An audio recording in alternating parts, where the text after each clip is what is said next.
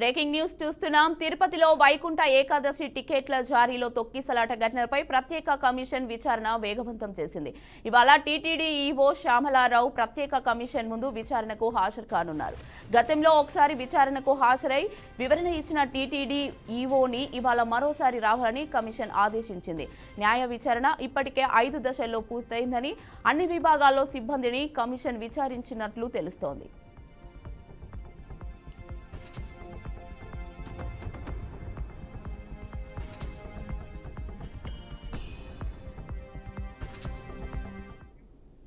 ఇక ఇదే అంశంపై పూర్తి సమాచారాన్ని మా ప్రతినిధి గోపీనాథ్ అందిస్తారు. గోపీనాథ్, చెప్పండి.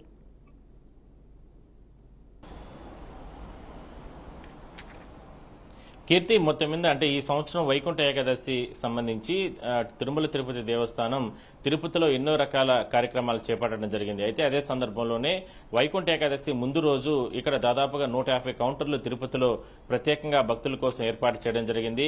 ఆ ఒక్కరోజు ముందు రోజు ఆ టికెట్ల దర్శనాల కోసం దాదాపుగా 2 నుంచి 3 లక్షల మంది భక్తులు ఇతర ప్రాంతాల నుంచి, వివిధ రాష్ట్రాల నుంచి పెద్ద ఎత్తున భక్తులు రావడం జరిగింది. ఒక్కసారిగా గేట్లు ఓపెన్ చేసిన సందర్భంలో ఆ తొక్కిసలాట్లో కొందరు చనిపోవడం జరిగింది. అయితే ఇది ప్రభుత్వానికి అదేవిధంగానే టీటీడీకి కూడా మాయని మచ్చలా ఇంకా కూడా కొనసాగుతుంది. అయితే అదే సందర్భంలో ముఖ్యమంత్రి చంద్రబాబు, డిప్యూటీ సీఎం పవన్ కళ్యాణ్ కూడా తిరుపతి వచ్చి వాళ్ళందరినీ కూడా పరామర్శించి వాళ్ళకి ధైర్యం చెప్పడం జరిగింది భక్తుల్ని.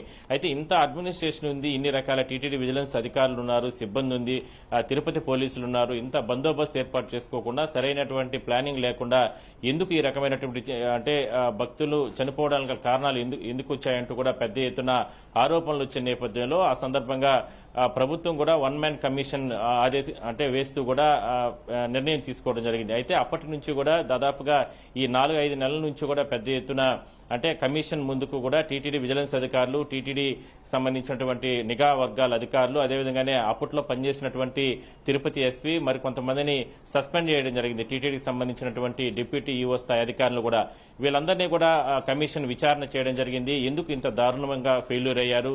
ప్రతి సంవత్సరం కూడా వైకుంఠ ఏకాదశి సందర్భంగా లక్షలాది మంది భక్తులు వస్తారని తెలిసినప్పటికీ కూడా ఎందుకు మీరు ముందస్తు చర్యలు, ముందస్తు సౌకర్యాలు, ముందస్తు క్యూ లైన్ల నిర్మాణాలు ఇవన్నీ ఎందుకు చేసుకోలేదంటూ కూడా ఆగ్రహం వ్యక్తం చేయడం జరిగింది. ఇప్పటి వరకు కూడా 5 పర్యాయాలు కమిషన్ విచారణ చేపట్టడం జరిగింది. అన్ని విభాగాలు అంటే కింది స్థాయి నుంచి, హోంగార్డ్ నుంచి పై స్థాయి అఫీషియల్ అంటే ఎస్పీ స్థాయి అధికారుల వరకు కూడా కమిషన్ ఇప్పటికే విచారణ జరిపింది. అదేవిధంగానే టీటీడీ ఈవోను కూడా గతంలో ఒకసారి పిలిపించి శ్యామలారావుని విచారణ హాజరవ్వాలంటూ కూడా ఆదేశాలు ఇవ్వడం జరిగింది. అంటే శ్యామలారావు కూడా ఈ టీటీడీ ఈవో కూడా నేరుగా వెళ్లి ఆయన్ని అంటే కమిషన్ ముందు హాజరై కూడా వివరణ ఇవ్వడం జరిగింది. అయితే మరోసారి అంటే ఇంత ఫెయిల్యూర్ అయింది కాబట్టి ఒక అడ్మినిస్ట్రేషన్ ఎగ్జిక్యూటివ్ ఆఫీసర్ గా ఉన్న వ్యక్తి నువ్వేం చేస్తున్నావు, ఎందుకు ఇంత దారుణ ఘటన జరిగిందంటూ కూడా పూర్తి స్థాయిలో అంటే నివేదిక తీసుకుని రావాలంటూ కూడా అప్పుడు మొదటి అంటే విచారణలో చెప్పిన నేపథ్యంలో ఇవాళ రేపు 2 రోజుల్లో కూడా ఆయన విచారణకు హాజరవుతారు.